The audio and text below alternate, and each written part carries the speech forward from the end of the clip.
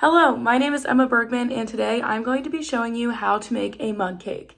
Just like a normal cake, they are comprised of flour, sugar, eggs, fats, and leavening agents. So let's get started while I discuss some of the science that's happening and explain all of the different components.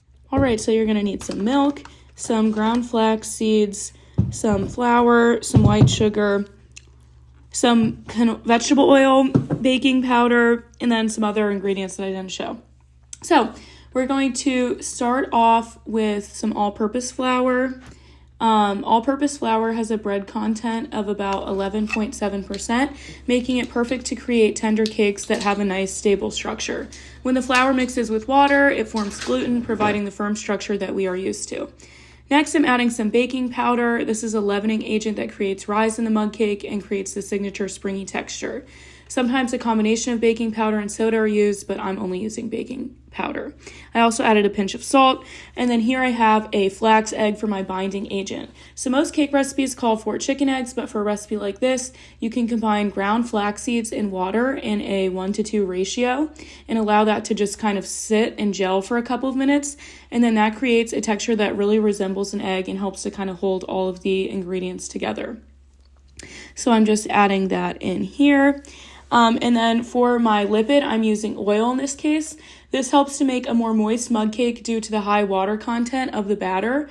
The flour binding with the oil makes the gluten more elastic, thus assisting in the cake's rise. So here I'm using vegetable oil, and you can see it's labeled as excellent for baking.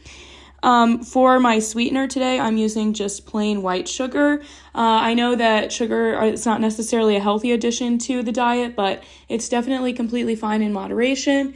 There is an option to use an artificial sweetener like stevia here, but that can cause gastrointestinal issues and also kind of change the flavor profile a little bit. So I'm also adding just a generous dash of vanilla extract to kind of add some depth and richness of the flavor.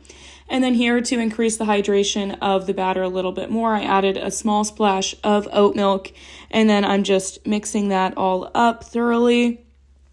So this is going to go into the microwave for 2 minutes. This will ensure that any microbes or bacteria like salmonella that are in the raw flour are killed off. So this usually happens at about 150 degrees Fahrenheit, which is easily achieved in the microwave. So you can see I added just a couple of chocolate chips there for fun. And so this was it coming out of the microwave. You can see it has that traditional kind of baked texture where it rose and sprung up a little bit in the middle. So let's try it.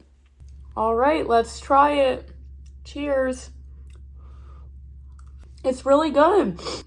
The chocolate chips are definitely a highlight, but it's really good, and it was really fun to kind of think about how all of the different elements work together, and I think it's so cool how each ingredient has a purpose and comes together to make such a common dessert that we all know and love. So thanks so much for watching. Have a great day. Goodbye.